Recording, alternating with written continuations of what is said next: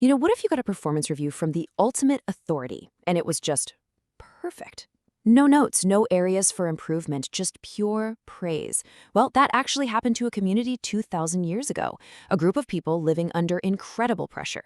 Today, we're going to unpack their amazing story from a letter sent to the ancient Church of Smyrna, a powerful message about resilience, what it really means to be rich, and the promise of the ultimate prize, the crown of life.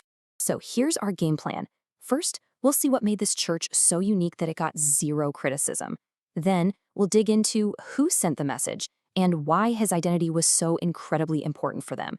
After that, we'll dive into this paradox of their poverty versus their true riches, face the intense challenge they were given to be faithful unto death, and finally, really wrap our heads around the incredible reward they were promised. All right, let's jump right in. Section 1, a church without rebuke. So what was it about the church in Smyrna that made it so special from the get-go? Well, this right here. Think about it. In a series of 7 letters to major church communities, most of them got a mix of, hey, you're doing this well, but you need to work on this.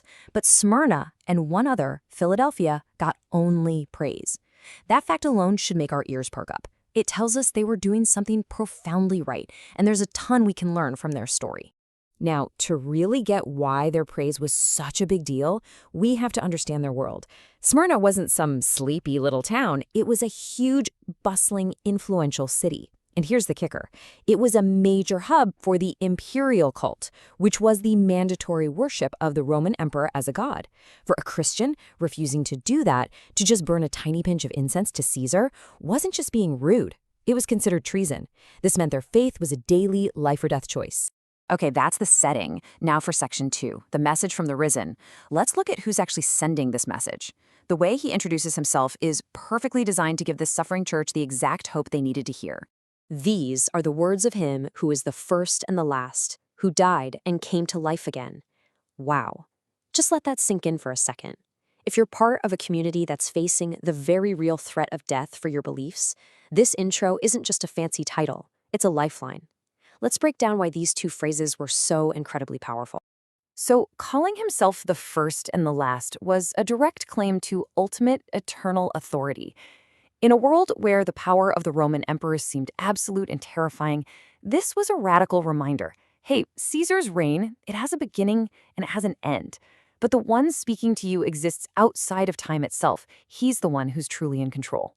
And that second part, it hits even closer to home. The speaker isn't some distant, untouchable God who's immune to pain. No, he's the one who died and came back to life. He personally went through the absolute worst thing they could possibly fear, and he conquered it. For them, this wasn't just some abstract theology. It was the ultimate source of courage. Section 3, poverty versus true riches. This, for me, is where we get to the core paradox of the whole letter. A statement that just completely flips our ideas about wealth and poverty right on their head. I mean, just listen to this line. I know your afflictions and your poverty, yet you are rich. He starts by saying, I see you. I see your struggle.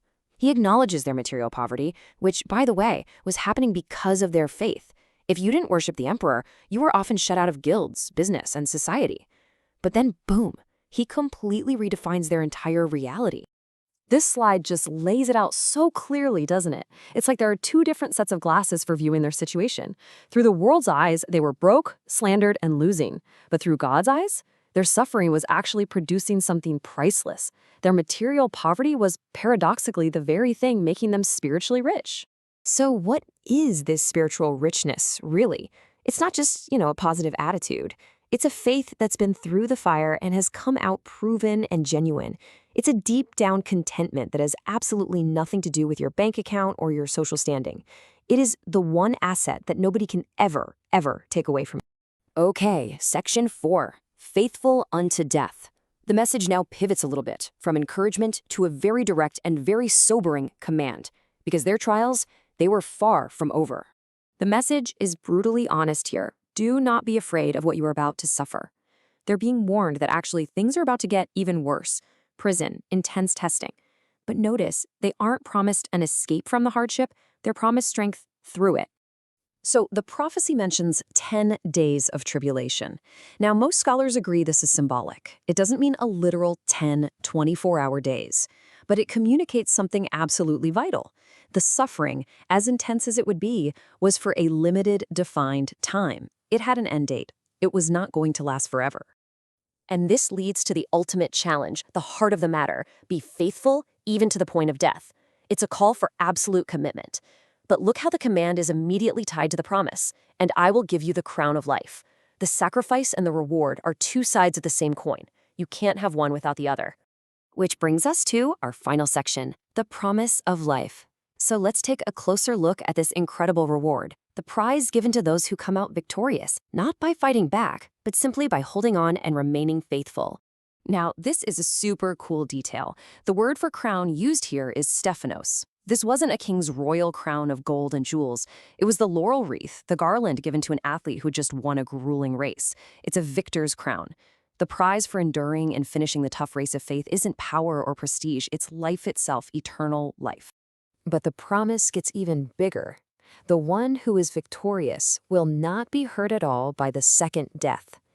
This adds this amazing layer of absolute security. But to really feel the full weight of that promise, we need to know what this second death is all about. And this really clarifies the stakes, doesn't it? The second death is talking about the final, eternal judgment and separation from God. So the deal was essentially this: be willing to face the first death, physical death, with courage and faithfulness, and in return, I will grant you complete and total immunity from the second, eternal death. Their ultimate destiny was secure, no matter what the Roman Empire threw at them here on earth. So in the end, this ancient message to a church that the world called poor, but God called rich, a church facing death but promised life, it leaves us with a really powerful question for ourselves today. It forces us to ask, what do we consider our true wealth? And is the foundation of our own lives strong enough to endure the storms that we will all inevitably face?